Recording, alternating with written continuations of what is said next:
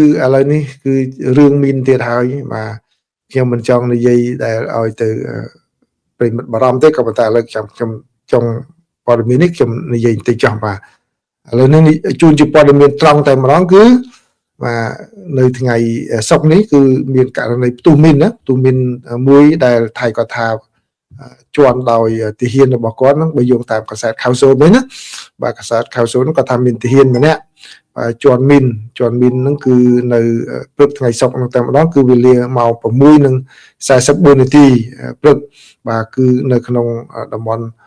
ប្រតិបត្តិការរបស់ប្រទេសថៃហ្នឹងហើយទាហានដែលជន់មីនហ្នឹងគឺមកដាច់ជើងស្ដាំហើយនឹងរបួសដៃរបួសជើងផងដែរជើងឆ្វេងក៏របួសជើងស្ដាំដៃឆ្វេងក៏របួសបាទតែជើងស្ដាំគាត់របស់គាត់បានដាច់បាទអញ្ចឹងគឺនេះជាសេចក្តីរាយការណ៍ដែលខាងសារព័ត៌មានថៃបានរាយការណ៍ឲ្យដឹងហើយឥឡូវនេះ The Nation បាននិយាយថាគឺមេបញ្ជាការឥឡូវនេះគឺបានទៅពិនិត្យមើលកន្លែងផ្ទុះហ្នឹងដើម្បីស៊ើបអង្កេតមើលថាដំណើររឿងនឹងយ៉ាងម៉េច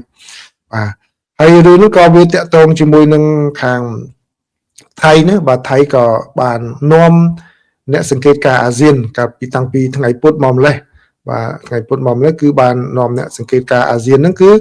ទៅមើលមីនដែលថៃគាត់ថាគាត់រកឃើញបាទនៅតាមបណ្ដោយព្រំដែនរបស់កម្ពុជាគាត់ថាគឺជាមីនថ្មីដែលកម្ពុជាបានដាក់ចូលរហូតដល់500 ម៉ែត្រចូលទៅក្នុងទឹកដីថៃឯណោះបាទនេះគឺជារឿងមួយដែលគាត់បានលើកឡើងបន្ថែមទៀតតាំងពីថ្ងៃពុធក្នុងពេលដើមសប្តាហ៍នេះបាទហើយខាងកម្ពុជាក៏បានបដិសេធចំពោះការលើកឡើងរបស់ថៃនេះផងដែរថាมันមានរឿងបែបនេះទេគឺអ្វីដែលដោយមានគឺកម្ពុជាបានចងក្រងបានច្បាស់លាស់ហើយនឹងគឺកម្ពុជានៅតែបដិញ្ញាចិត្តនៅក្នុងការគោរពអនុសញ្ញាស្ដីពី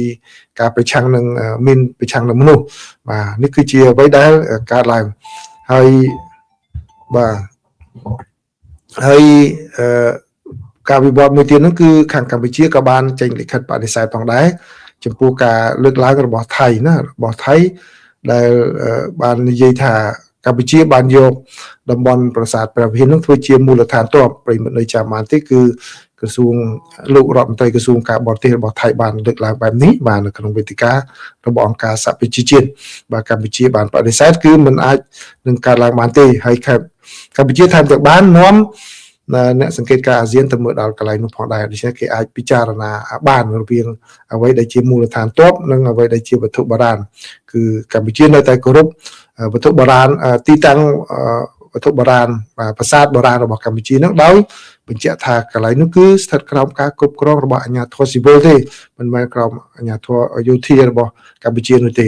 បាទនេះគឺជារឿងដែលកើតមានឡើងហើយអ្វីដែលខ្ញុំមិនចង់និយាយប៉ុន្តែឥឡូវនិយាយបន្តិចចុះគឺបាទបើយើងមើលព្រឹត្តិការណ៍ពីរឿងកាលពីខែធ្នូបាទខែធ្នូមិនរឿងប្រជុំនៅអូតាវ៉ាពីរឿងមីនប្រឆាំងមនុស្សហ្នឹងគឺថៃគាត់លើកឡើងបញ្ហាហ្នឹងប៉ុន្តែឃើញខាងប្រតិភូកម្ពុជាក៏នឹងមានលោកលីធុចគាត់ខំធ្វើកិច្ចការនឹងច្រើនទៅបញ្យលអន្តរជាតិឲ្យឃើញហើយគេថែមទាំងពេលហ្នឹងគឺពញាពេលឲ្យកម្ពុជាថែមទៀតដូច្នេះពេលនោះគឺបរាជ័យរបស់ថៃនឹងធ្ងន់មែនតើបាទនៅប្រិមិត្តនៅចាំរឿងនឹងបានទេបាទខ្ញុំធ្លាប់យកមកជម្រាបជូនហើយវិភាគជូនប្រិមិត្តផងដែរហ្នឹងគឺបាទគេថែមទាំងពញាពេលឲ្យកម្ពុជាក្នុងការដោះមានទៀតដែលថៃមកដាក់សម្ពាធលើកម្ពុជាប៉ុន្តែបែរជាមិនបានជោគជ័យហើយរឿងអ្វីកើតឡើងក្រោយពីរឿងនោះបាទសុំទោសខ្ញុំភ្លេចបិទទូរស័ព្ទ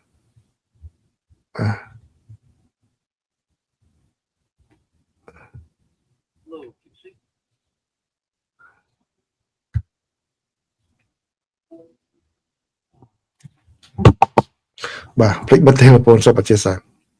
បាទហើយពេលរឿងអ្វីកើតឡើងគឺក្រោយពីហ្នឹងគឺ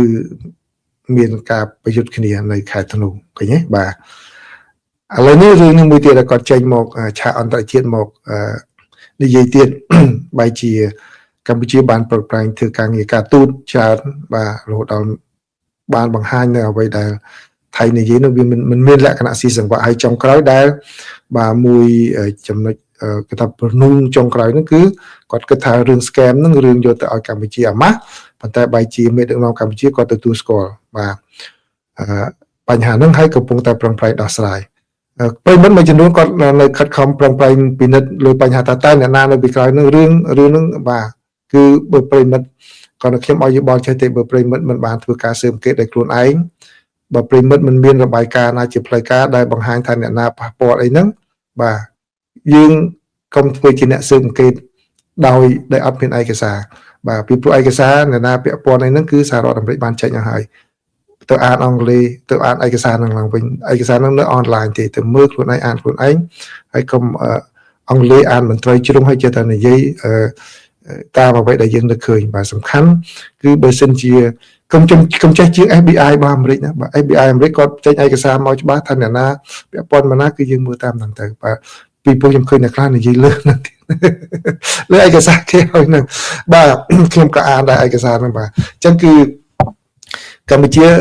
ថ្នាក់ដឹកនាំកម្ពុជាគាត់បានទទួលស្គាល់អញ្ចឹងដូច្នេះសម្រាប់ថៃគឺអ្វីដែលគាត់ថាយកទៅចាប់រត់ទៅយករត់ទៅចាប់ត្រីឬក៏អីហ្នឹងគឺបែរជារឿងមួយកន្លះកហេតុអត់បានអីមកវិញបាទអញ្ចឹងដូច្នេះតើនៅពេលដែលថៃគាត់មិនបានជោគជ័យអញ្ចឹងឥឡូវវាចេញរឿងមីនមកវិញភ្លាមចេញរឿងមីនមកទៀតហើយបាទអញ្ចឹងតើរឿងហ្នឹងវានឹងទៅវិវត្តទៅយ៉ាងណាសំទោសខ្ញុំមិនចង់និយាយដើម្បីឲ្យមានការព្រួយបារម្ភទេគឺចង់ឲ្យមានការប្រយ័ត្នប្រយែងពីព្រោះអីផ្អែកទៅលើ